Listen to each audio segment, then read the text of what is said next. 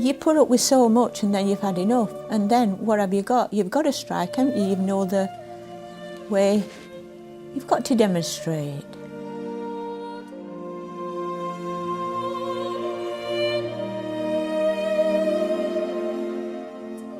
Well, we thought it was pretty clear, really, that there was good and evil. It's only later in your life you discover, actually, it's not quite as simple as that.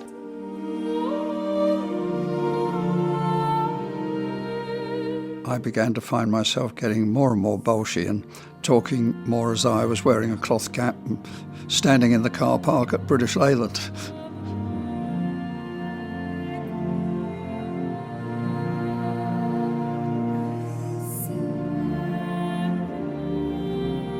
Without a union, we wouldn't have had a leg to stand on.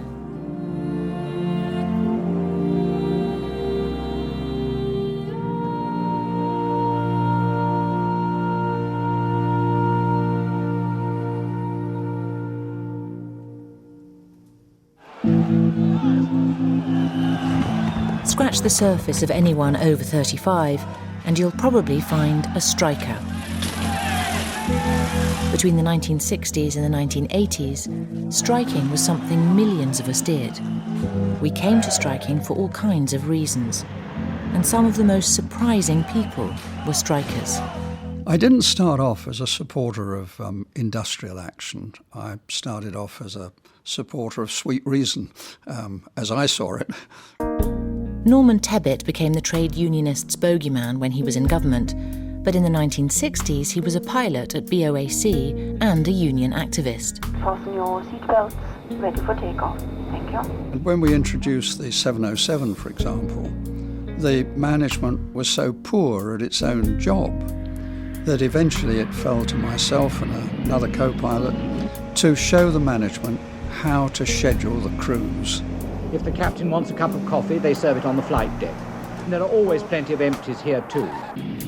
So there we were, two ordinary guys, doing the work which should have been done by the management. I was beginning to get slightly bolshy by then. How does the staff feel about this dispute? Well, of course, we're all very concerned, I need hardly tell you. Like most of the pilots, the trade union reformer was ready to strike. But first, he just worked a rule. Guy comes out with a flight plan, and you just say, no, I'm terribly sorry, old boy, but that's not right. Not going to sign that. And leave him to find out what the mistake is. It's an awful way to behave, you know, it just rubs and it's unpleasant. But that was our minimum response, you know, to indicate to the management we were getting quite serious. It started when I was quite young. You know, I organised industrial action amongst the paper boys when I was the paper boy, you know. Former BBC Director General Greg Dyke continued to lead industrial action when he became a trainee newspaper hack. That was the sort of person I was. I always thought you could, you know, I railed against everything, wanted to change everything. I organised for all the journalists across the group, I don't know, about 60, all came to one meeting with the managing director, and there was nobody above about 21. And the managing director looked at us and said, look, there's no point giving you more money because you'll only spend it on things like portable radios. It was like peer pressure, you know. I remember Paul McCartney once said that he took drugs because of peer pressure, and yet he was a Beatle. Eddie Shah would be besieged by mass pickets at his Warrington printing works in 1983. Back in 1970, Shah was besieging Granada TV as a striking floor manager. But that was under duress. When the person next to you looks at the person next to him and he says yes, and they all say yes, like sort of dominoes in a line, you just stick your hand up as well. You know, and to be honest with you, most of us really didn't worry about what was right or wrong. This night in the pub at Worsborough was the first time his wife Anne had allowed herself to be filmed with Arthur. Anne Scargill, ex-wife of NUM leader Arthur Scargill, was used to the fallout from strikes. She's seen stories criticising her 15-year-old daughter for going to upper-class events like Gymkhana's.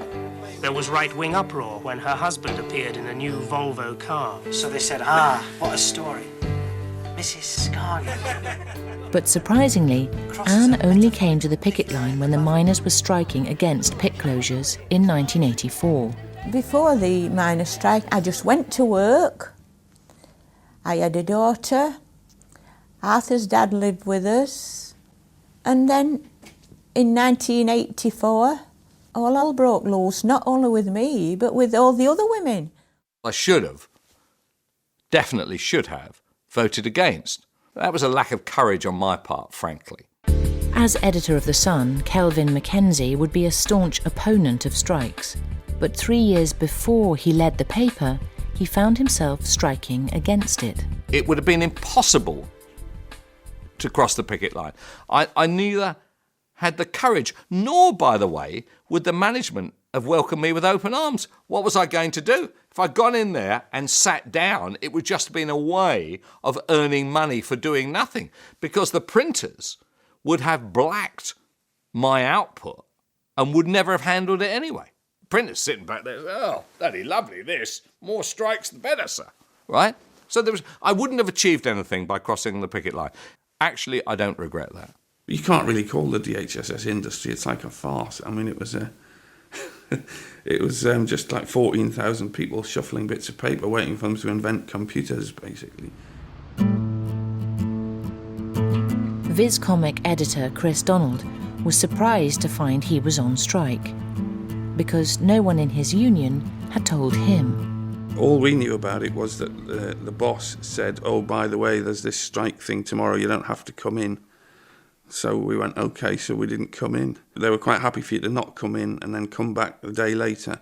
But they didn't want people sort of going and standing next to braziers and calling people scabs and things like that. So, striking sucked in some surprising people.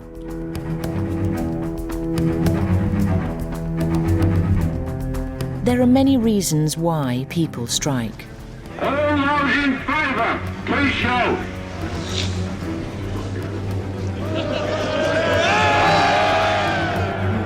But at the heart of most strikes, there's usually a grievance. None of the girls have got any doubts at all. We know what we're fighting for and we're prepared to stay there till we get it. Yes. Women don't make a habit of coming out on strike for nothing. Ford's Dagenham plant in 1968. The women's reason for going on strike? Sex discrimination. The Trade Union Congress and the Labour Party are on record for equal pay for women. They made car seats and were classed as less skilled than men doing the same work. They were also on a special, lower, women's pay rate. It's wake-up time, isn't it?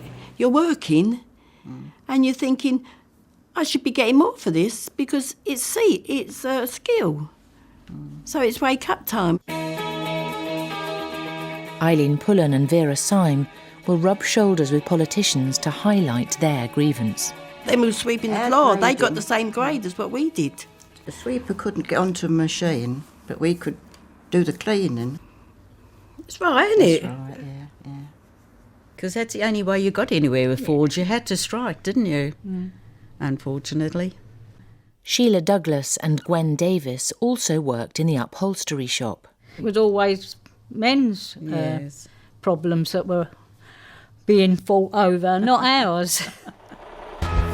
Football was rocked by a one-man strike in the 1960s. The reason? Contracts that would make some of today's overpaid stars blanch. It was a slavery contract. If they want you, you're obliged to sign the contract. And if you don't, they don't even have to pay you. They didn't even have to give you the £20 a week. Newcastle United star George Eastham's contract meant he earned little and couldn't move without the club's say-so. All footballers were on the same deal, but Newcastle's star striker was ready to go on strike. If you believe in something firmly and you're prepared to do something about it, then you must do it. Public sector manual workers were angered by a government pay ceiling of 5% in 1979. They staged a series of strikes in the winter of discontent. Round here, gentlemen. Cut. What's your normal jobs? We're both administrators. So what does that mean? It means we're doing non-administrative duties, as you can see. It was inevitable that it was going to happen. The government knew it was going to happen. Ian Lowes led the Liverpool gravediggers strike. Their reason? Working in Dickensian conditions for low pay. A fella would travel round on a dumper truck with a tea in a can and would pass it on to the two gravediggers who were still down the grave, eating sandwiches covered in dirt. Those people worked under appalling conditions, were treated with contempt by the employer, and they'd had enough, quite frankly.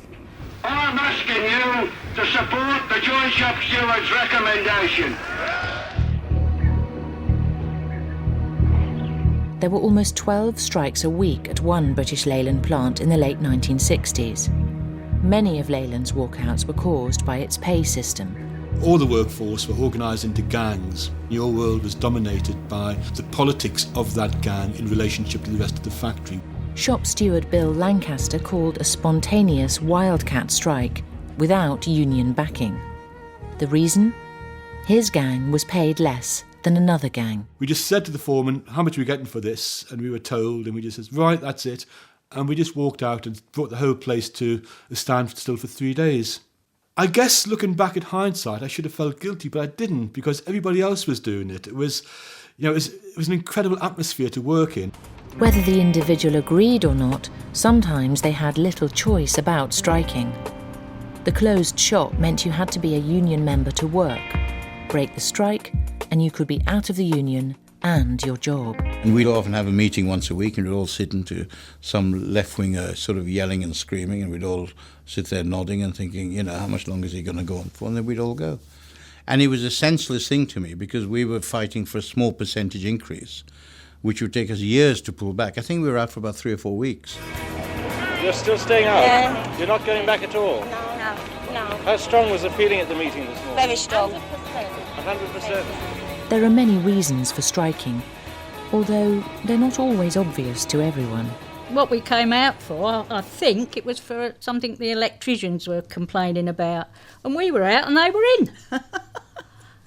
And we was astonished. Between the 1960s and the 1980s, British workers embarked on one of the country's most intense periods of strike action. The Snatch Squad moved in. Almost 8 million working days were lost on average each year due to strikes. And a familiar weapon was used: mass picketing.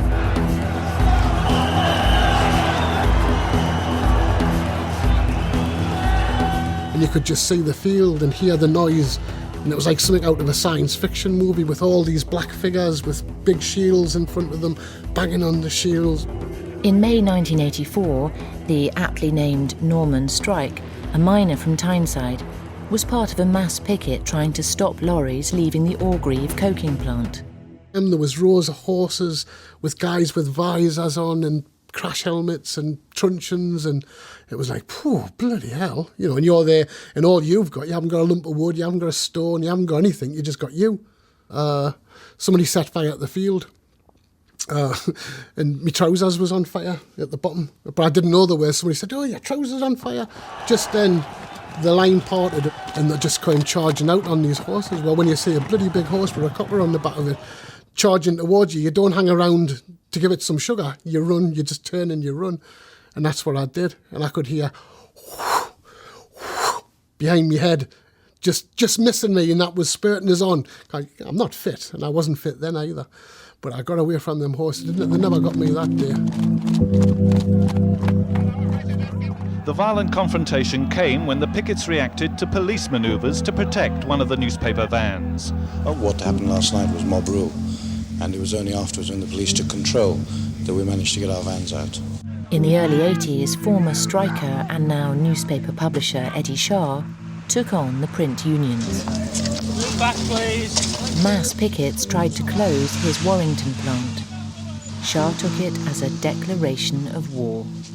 You have to treat it like war, and I've never been to war, so I don't, But I mean, to me, it was frightening, but it one which I couldn't let them not win, because they could have won.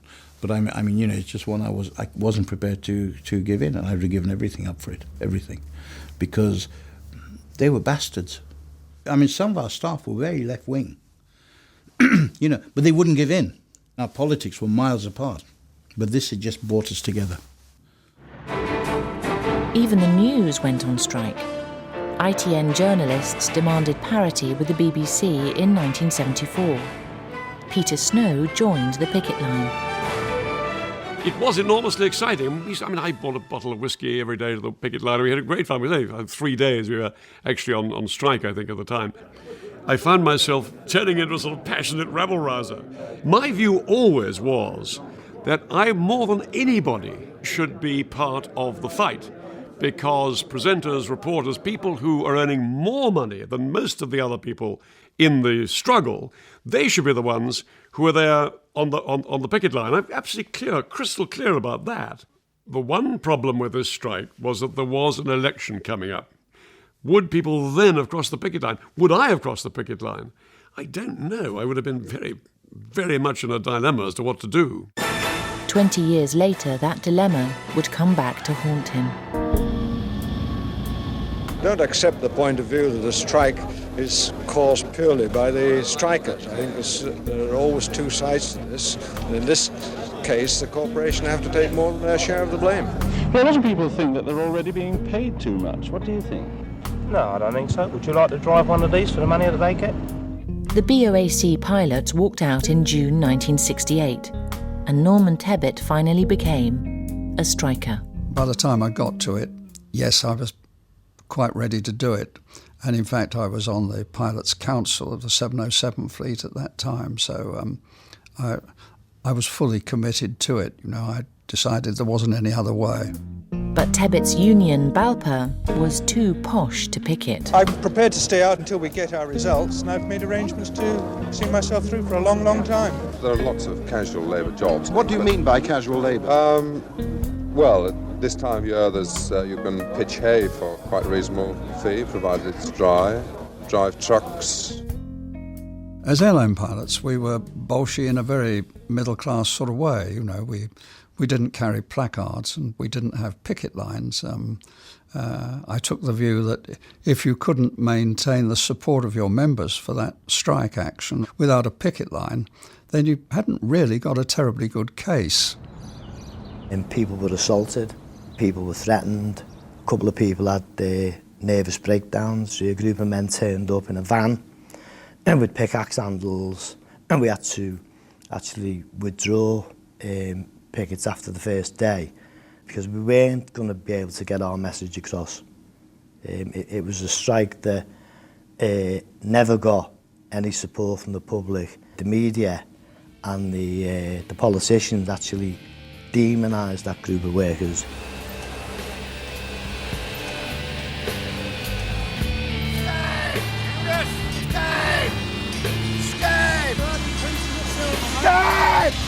The extraordinary speed with which Rupert Murdoch uprooted his newspapers from Fleet Street still has the unions reeling.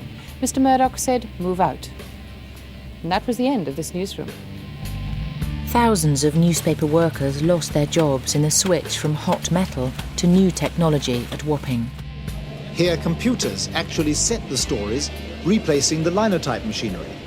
The mass pickets were fighting for self-preservation and power.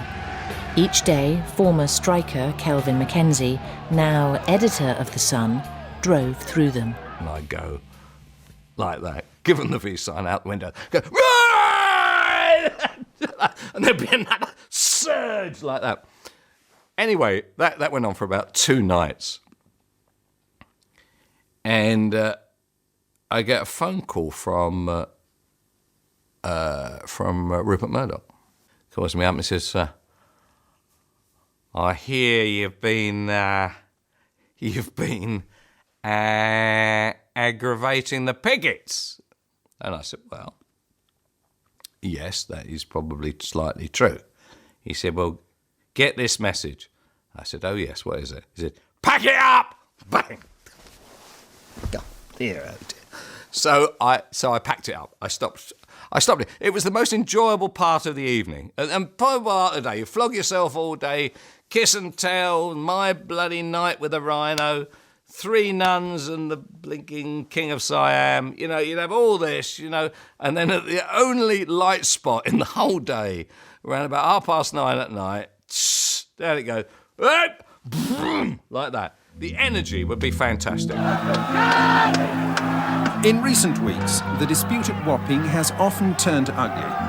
There have been scenes of violence, and in Parliament last week, the Home Secretary called it a thoroughly dangerous situation.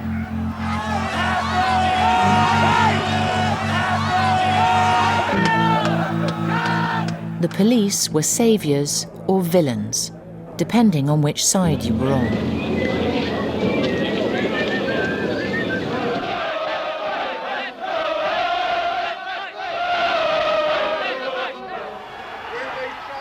The police saved our lives and saved that company.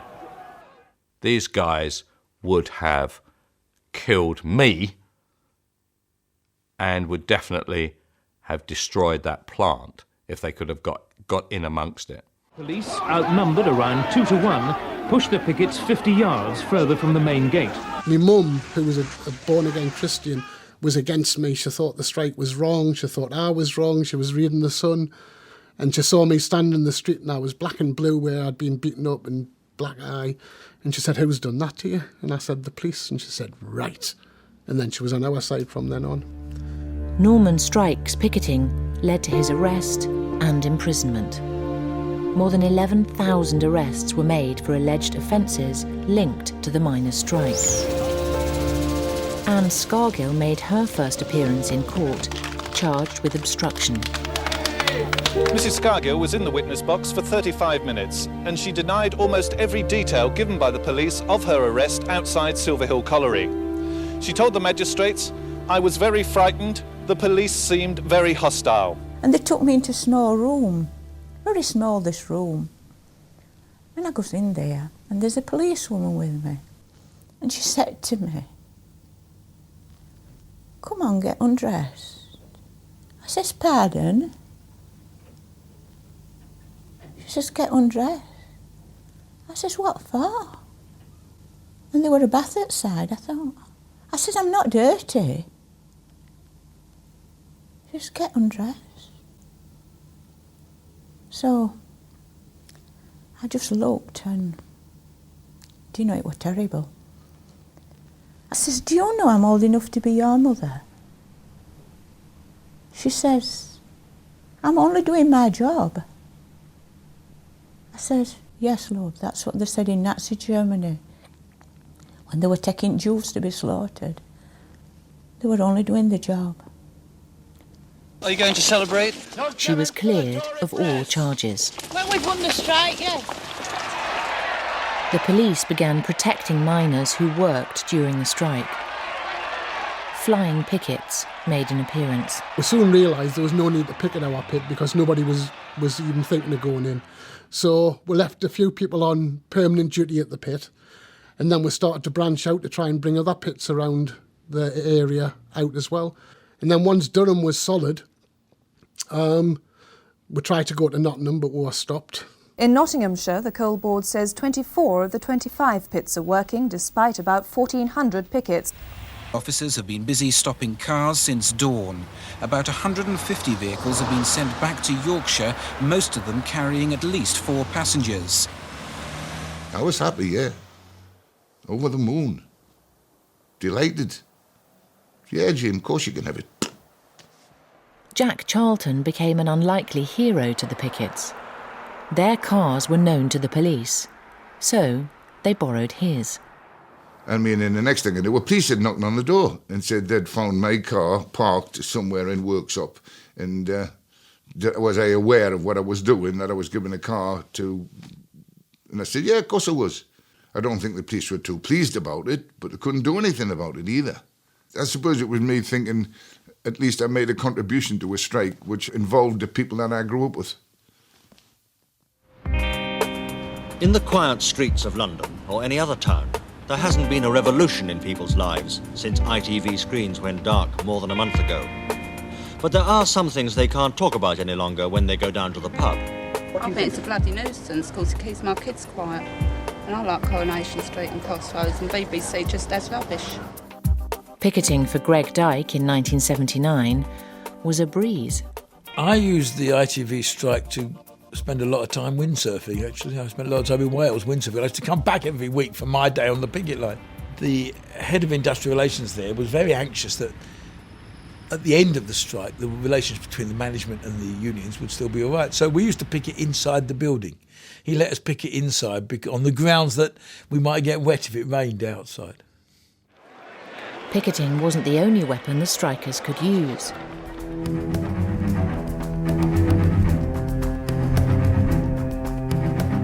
Other tactics could be equally effective. Both sides found new ways to press home their advantage.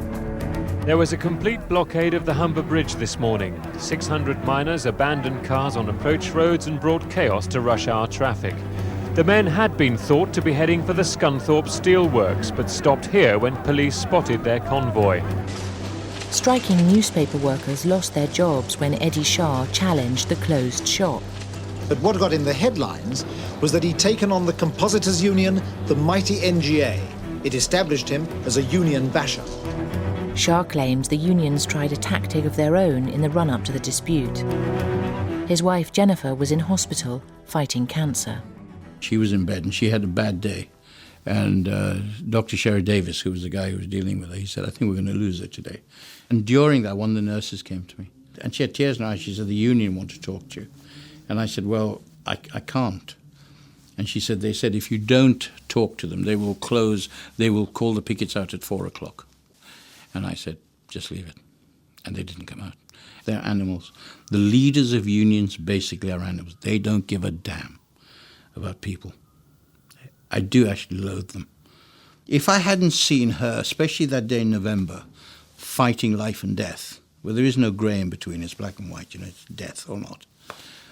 I think that became, and then what the union said that day, that became, I guess, one of the most defining points of my life. And from that point on, I was never in trouble. I never really had real fear. Because when you've seen somebody who you love that much face that, you're going to be left with 3 kids, etc., etc. Everything after that, I wouldn't say it's easy peasy, but it becomes a lot of everything.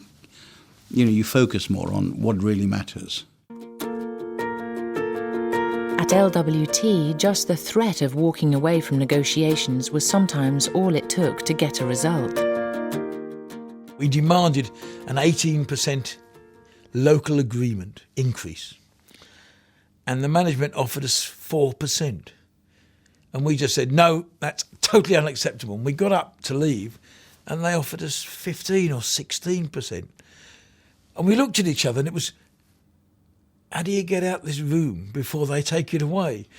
But while we were there, we said, well, all right, but we also want a television. Everyone's entitled to a television. Everyone's entitled to a video recorder. And they said yes and yes. And we thought, it's time to go. But we always reckoned if we'd asked for a pop-up toaster, we'd have got that as well. In a sense, we were all frightened of the print unions. Journalist Anne Leslie found herself caught up in a battle to control the media. They absolutely had enormous power over newspapers and journalists. In a strike, getting the right publicity is a key tactic. During the Wapping dispute, the print union sometimes fought hostile publicity with censorship. Hello and thank you very much. Welcome to another Question Time, your weekly hour of lively argument. Anne Leslie. So the Fleet Street chapels got terribly used to behaving like muggers. They come along, cosh the management. The management when hit in the back of the neck and say, oh, OK, old boy, give everything they want. Now the unions have met a super mugger in the form of Rupert Murdoch. New technology has come and something has got to be done to accommodate. OK, David... That comment took her off the newsstands the next day. I said to the features editor, what happened to my piece? Sorry, Anne, the unions wouldn't print it. Hang on. It was nothing about them.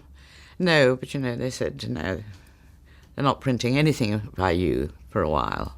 It was a warning. Don't mess with us. Don't criticise us. Or you won't be used. You won't be printed. Some printers refused to print stuff that I'd done unless I was a member of a print union. So I wrote off to one of the print unions, I think it was Slade, they called it, never even got a reply. So from then on the back of me artwork, I used to write Noddy Holder, Slade, and they used to... I got away with that for most of the time. I had a great picture. It was a picture of Scargill, you know, and he had his hand up like that, as you might think, a sort of almost semi-Nazi salute. Had it up there like that. And I wrote the headline, Mein Führer, M-I-N-E. Hey, you genius. Hey, thanks very much. Mine will be a Pulitzer Prize. Where do I sign? And the printers objected to that on behalf of showing solidarity with the miners what are going through difficult times, and refused to print the paper. And they were out on strike for about 3 days over Mein Führer. There was a collective madness going on in the industrial scene. And these guys were in and out of number 10, by the way.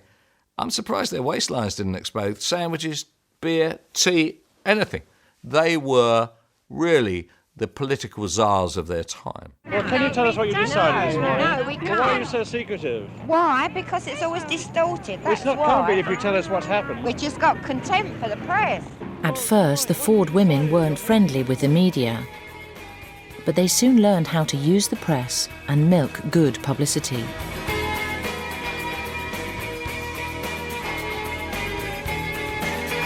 They began courting politicians and posing for the cameras. They got out the placards and demonstrated. Ginger Lil's banner was "We want sex equality." It's a big banner, huge thing, and it was big letters, and the bottom either got creased up or rolled up or whatever, and it said "We want sex," and all the taxis and lorries and shouting and everything, and they didn't realise why. And I said, it could only happen to you, Lil, couldn't it? Things didn't go according to plan for Norman's strike either. He tried to use the tube to publicise the miners' cause. On tambourine, on additional percussion, and on strike for 35 weeks at Durham Miner. I was a bit nervous about going on the television because they were saying it's a live television programme. We don't want anybody to know who you are. So I had to stand at the back. I came out, did me spiel, but there was no sound. A technical fault denied Norman his soapbox.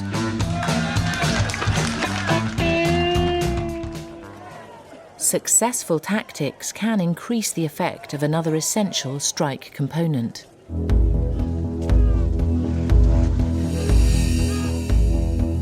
Pressure. It's felt by every striker. You're not prepared to accept the 2%? Sorry. Were you prepared to win, brother, if you're not prepared to accept the 2%? Pressure tests individual resolve. Will you intensify it even further? Well, we're flat out on strike now. It's difficult to do more than that, short of setting fire to the aeroplane. The pressure was mounting on Norman Tebbit. Newly selected Tory candidates aren't usually strikers. And that was very, very unpleasant. My neighbours and friends, of course, all thought it was hilariously funny that I was on strike. And I remember the agent, a delightful guy called Frank Pike, ringing me up one day and saying, "I'm suffering a crisis of identity. I'm a political agent in Islington. My party runs the council and one of my parliamentary candidates is on strike. Am I the Labour agent or the Conservative agent?" Her two sons refused to have Mrs. Mason cremated, so they crossed the picket lines and dug the grave themselves. I can remember one of the gravediggers who was actually on strike was followed after being out in the pub having a drink and was assaulted. And there was another member who was on strike who during the strike, a member of his own family died. And that individual was ostracised by the rest of his family. He was turfed out of his home and was actually sleeping rough.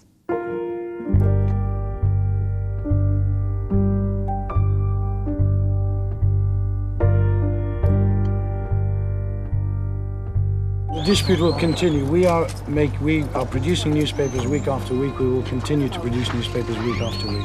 Eddie Shah appeared confident as he defied the pickets and printed his papers. But in private, he too was feeling the pressure. I was frightened. I lie awake at night thinking, not was I doing the right thing, but, how's this going to end? And there was always something new happening, and you think, God, I've got to react to that, I've got to react to that. But no, you just had to keep going. I mean, we were too small a company to stop. They sent 2 big coffins and 3 little ones around to the house one night and had them delivered and banged on the door. And Jennifer was there on her own. And she came down and the guy said, they're delivered for you. And he just walked away. And there's these coffins sitting there, 3 for the kids and 2 for us. I said to Jennifer, maybe it's time to give up now. And she's the daughter of an ex-group captain of the RAF and everything, wartime, etc. And she said, if you do, and she's only 5'7", and she said, if you do, I'm leaving you. And I had a choice between 5'7" on one side and 10,000 pickets a night on the other side. Easy choice. No, that was it. I was not going to take her on, Even the most outwardly robust may buckle. During a strike at the Sun in 1984, Kelvin Mackenzie published the paper by himself. When the pressure was off, he realised the cost. The management came to me and said, it's been settled, it's over. And I remember bursting into tears, grabbing my coat, walking out, and taking a few days off. I felt real tension. It was a tension connected with winning. I felt I defeated these guys. I thought they were wrong to have done what they did, but also long hours and emotion and everything. There wasn't even any alcohol involved.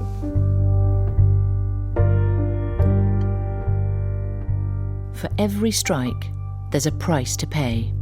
Into the drains went more than 1 million pints that would have slaked the thirst of Midland holidaymakers and brought publicans more than £350,000. Financial pressure hits all sides, where it hurts.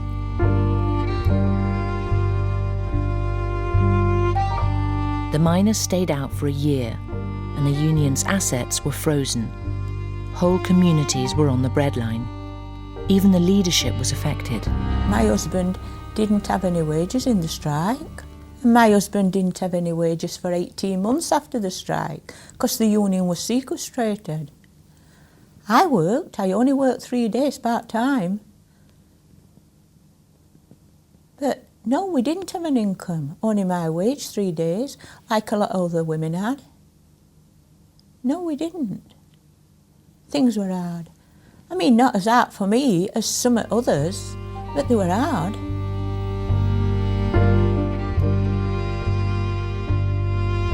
I had no money.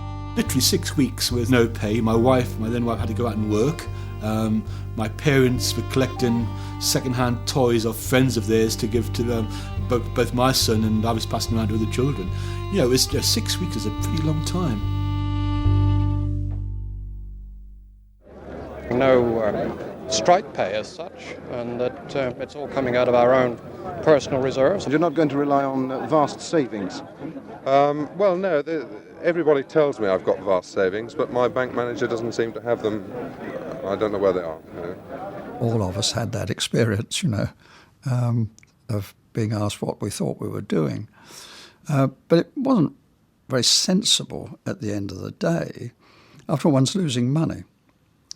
And that again underlined to me how difficult it is for a strike to actually benefit the strikers financially.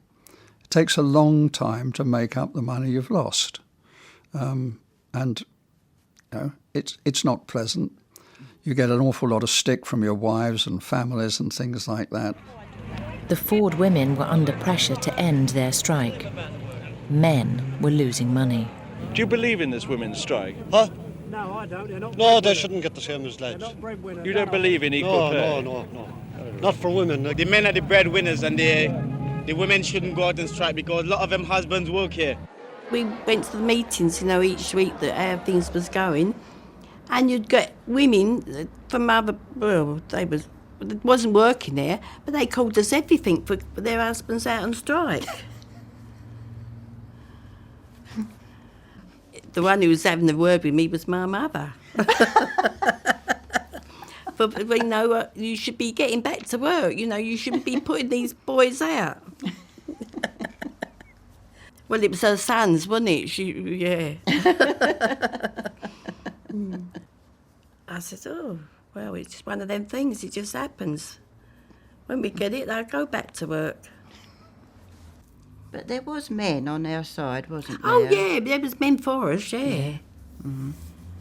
Well, I blame the company, not the women. They weren't, more equal pay for the job they do, the same as the men. What do you feel about the If they do women's a strike? skilled job, they should get paid for a skilled job. Do you think most of the workers here believe in equal pay for men and Most women? of the workers believe in it. And most of the workers believe on extra pay for themselves and all. After striking for 3 weeks, the women got extra money, but the company still wouldn't recognise their skill and regrade them. I think by then the women were willing to go back to work, weren't Well, I they? wasn't. I voted not to go back. Don't mind I can't admitting remember that. what I voted. I can remember that I voted not to go back. But I was in the minority, and you have to go with the majority, so that's how we ended up. You know, it He eats was away, more doesn't it? determined, It eats away at yeah. you over the years. Yeah. You know why? Why, you know, put you off this time, be determined and don't go back until you get it. They will go on strike again in 1984. We just want recognition of our skill. That's all we want. For the lucky few, there was no financial pressure. George Easton was on his one-man strike against football slavery contracts for 8 months, so he got a new job. That's when I went and did my coke salesmanship course. I did sell quite a bit of coke, actually. In fact, he earned more selling cork than he did playing football, but Easton's pressures were internal. Obviously, I was missing the game. I'm football born and bred. I mean, it goes back in generations. I mean, my father was my uncle was a footballer. It's what's in your blood. You've got to do it. Pressure comes in many forms. What do you say to the suggestion by the Housewives Association that women should withdraw their conjugal rights until the men go back? Why should we make our husbands suffer in that way when they're not actually out on strike?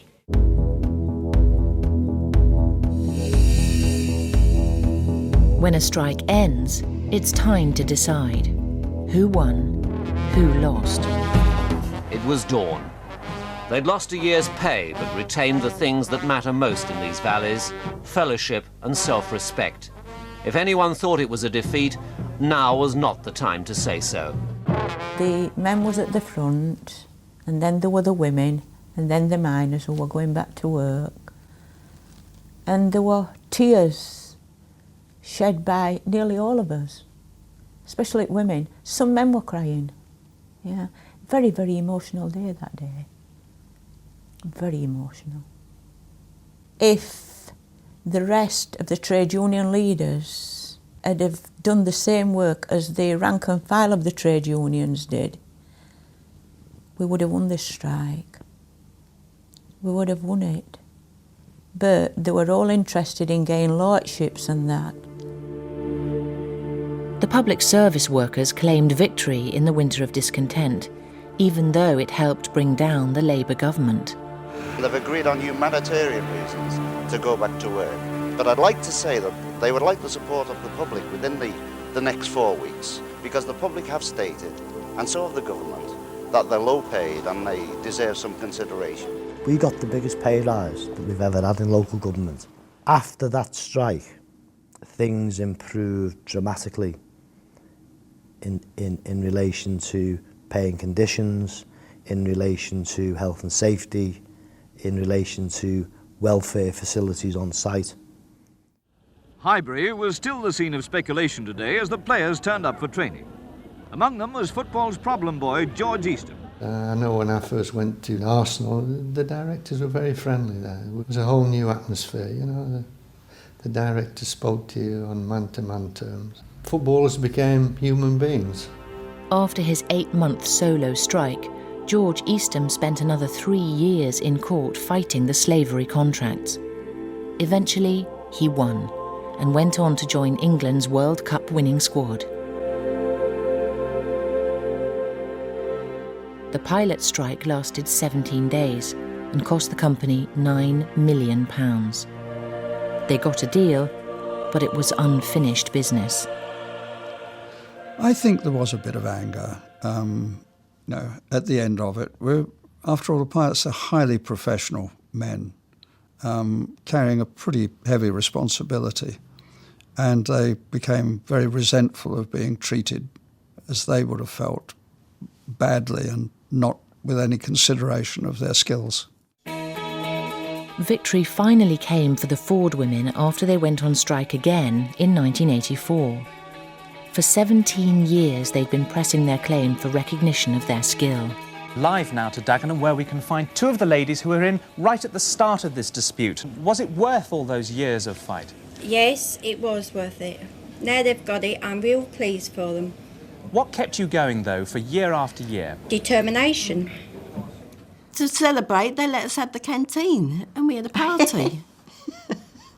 I don't remember much of that. No, I don't remember you didn't, no. Carol Tongue had bought this one bottle of champagne. Well, it must have been really, really strong, because I only had the one drop. She was out on the floor. They had to carry her I've didn't remember a thing. I suppose it was relief as well, it was all over. The technicians defeated the ITV companies, but their power was beginning to wane. More than 5,000 workers were sacked in the Wapping dispute. When a strike ends, it's time to consider its consequences. Strikes make their mark long after they're over. They leave legacies and change lives. If the slogan on my banner means anything, it means working class solidarity, not just with miners, but with every section of the working class movement. Made me harder, I think, yeah. But it also taught me a lesson as well. I weren't as naive as I was, and I found out that I could do things that I never thought I could, like get on a plane and fly to the other side of the world on my own, do things on my own. I've changed. And I hope it's made me a better person than I was. All of those months and all of that fight and all of that pain and hardship for nothing, and we'd been beaten. So I was feeling really depressed. Depressed because my marriage had ended. You know, everything had been fine beforehand, then all of a sudden it's not fine. I'm not this nice, cosy life anymore with me two daughters and my wife. After the strike, this miner came to me and he said, "Anne, I want my wife back." I said, "It's over now." I said, "You've got her back now." He says, "Yeah, I don't want her. I want one I had before." I says, "Well, that's your problem, not mine." On picket lines, people would come up to give us money, and there would be lecturers, and they'd chat to us, and they'd say, "Oh, yeah, intelligent bloke." And I said, "I'm not, I'm stupid, mate. I'm just a miner." But it planted a seed in my head. And when the strike was over, I enrolled in university and did a degree, and then did a PGCE and became a school teacher. What I learned about myself was that if one is deeply involved oneself in a story, as I suddenly was in the case of the ITN strike, I lost all sense of trying to see one side or the other side's point of view. When I found myself taking a very clear point of view that the management could fork up more money. The interesting question is, what would have happened if that strike had gone on another week? It never came to that.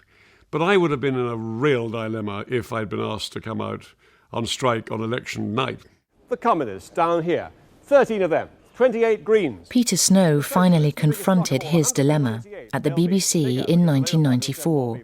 a strike was called during the European elections. Troops will be joining there. It seems to me that there are some occasions when a journalist should be reporting a situation to the viewers, particularly the BBC, which is the sort of national broadcasting organisation. Divided in half by this line here. It was a mighty hard decision to make, but I'm afraid I just said in the end, I'm working. And so I crossed the picket line. And then I felt I had to leave the union after that. I couldn't really stay on, having broken the strike. I clearly let the side down, and I admit it totally. But I think I had to. It's very quiet. Reservations seem to have taken care of all the passengers we did have booked, and we are waiting for news.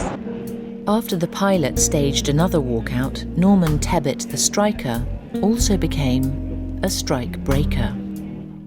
I felt that, to some extent, the union had lost track, the Pilots Association had lost track of what it was doing.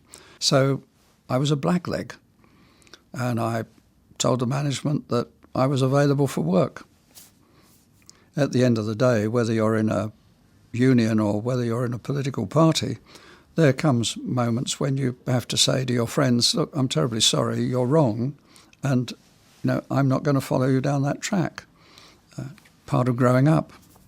How it's got to it is today, God only knows. Would you be happy with £30,000 a week? I'd be delighted. I'd be jumping around doing somersaults. But then when somebody doesn't want 80,000 and says, no, it's not enough for me, something wrong somewhere. Victory in the fight against the slavery contracts was bittersweet. Its legacy is player power and inflated wages. The boldness of LWT's proposals today reflects management's new toughness as it faces the erosion of its monopoly. Some strikers learned lessons on tactics and joined the other side. When I became managing director of London Weekend, I knew the ridiculous deals that had been done, and I set about undoing them. I took away the televisions and the videos. They've all been rented. I just gave them all to everybody and said, but we're not giving any more. That's the end of it. LWT is bracing itself for a possible strike over its plans. Programmes have been stockpiled, and an arrangement is said to exist to transmit by satellite from Holland. We all pretended that we were going to run it from Holland. There was got a story in the paper we were going to run it from Holland, so we all carried Teach Yourself Dutch books, and all the rest of it. We weren't. We were going to run it from a garage in Woking, I think, where all the tapes were stored. And what was really interesting about it were the unions saying, you're trying to lock us out. Now, for years, they'd gone into negotiations saying, we're going to go on strike if you don't do this. And suddenly the whole position had been reversed. And it was at that moment you knew that it was all over for the unions in television. We have a great deal of sympathy, but we can't agree with the action that's being taken. If you withdraw public services, you're not going to get the support of the public. But we didn't realise how vicious it would be, the animosity and the hatred in some cases that was directed to those people. Put it in its context, I don't think that you would ever see cemetery workers involved in strike action again. The legacy of the 1968 Ford women's strike was Barbara Castle's Equal Pay Act. And I thought to myself, there is some of the old spirit that gave us the success of the suffragettes. It became a landmark in the fight for sexual equality, but its significance wasn't obvious at the time. You didn't think about it. So All you really, thought about is you got a little bit extra money in your wages. Mm. But you didn't think that you've done an achievement. Well, I It's didn't so anyway. more or less like we're like the women that chain themselves to the suffragettes. But we didn't chain ourselves to anything. No, but we didn't.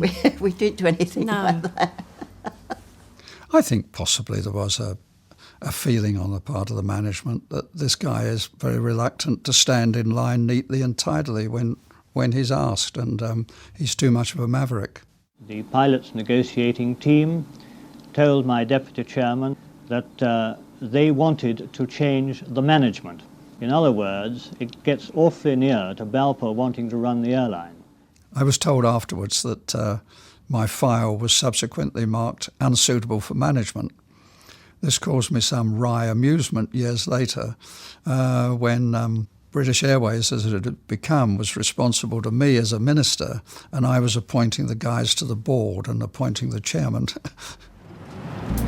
Mrs. Thatcher's new Secretary of State for Employment is the man the union leaders love to hate.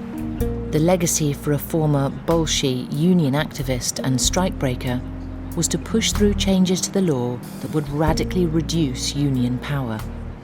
All those proposals were built on my experience. I don't think I had the support of the majority of the cabinet. None of them had had the experience that I'd had on the shop floor of trades union work.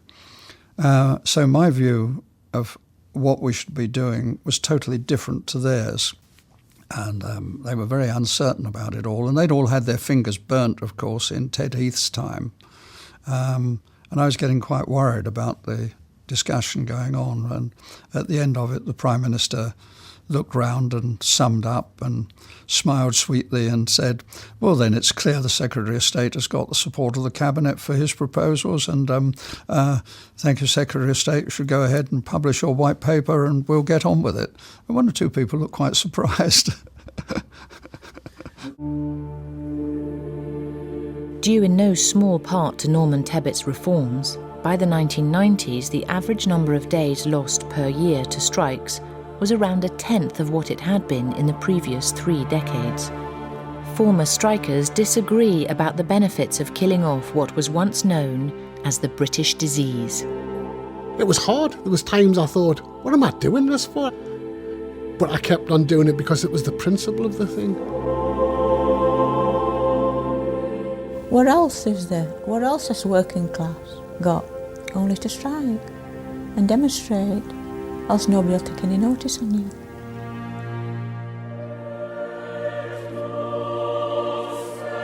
I think collectivism as we know it has disappeared in our society. And I think that is sad. I think it got killed. If this is injustice, you could do something, couldn't you? Because you had the union behind you. But now they can't. They can't. But now do they this. haven't got the union behind them, so they just can't do it, can they? And because they got what they wanted, they got greedier and greedier, which is no different, I guess, from the bankers and the present credit crunch. They're just the amounts are different. In a strange way, they were exciting times because you were never sure whether you were going to be in work or out of work. I used to pray for rail strikes when I was a train spotter because it meant that all the trains would be sitting switched off in the sheds so we could go along with our notebook and write down all the numbers at once. It was brilliant.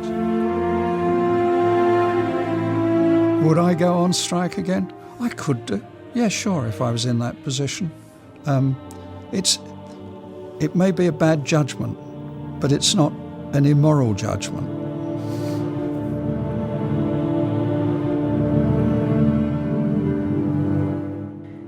Don's got a new right-hand girl in a few moments here on BBC4. Stay tuned for the latest brand new instalment of Mad Men.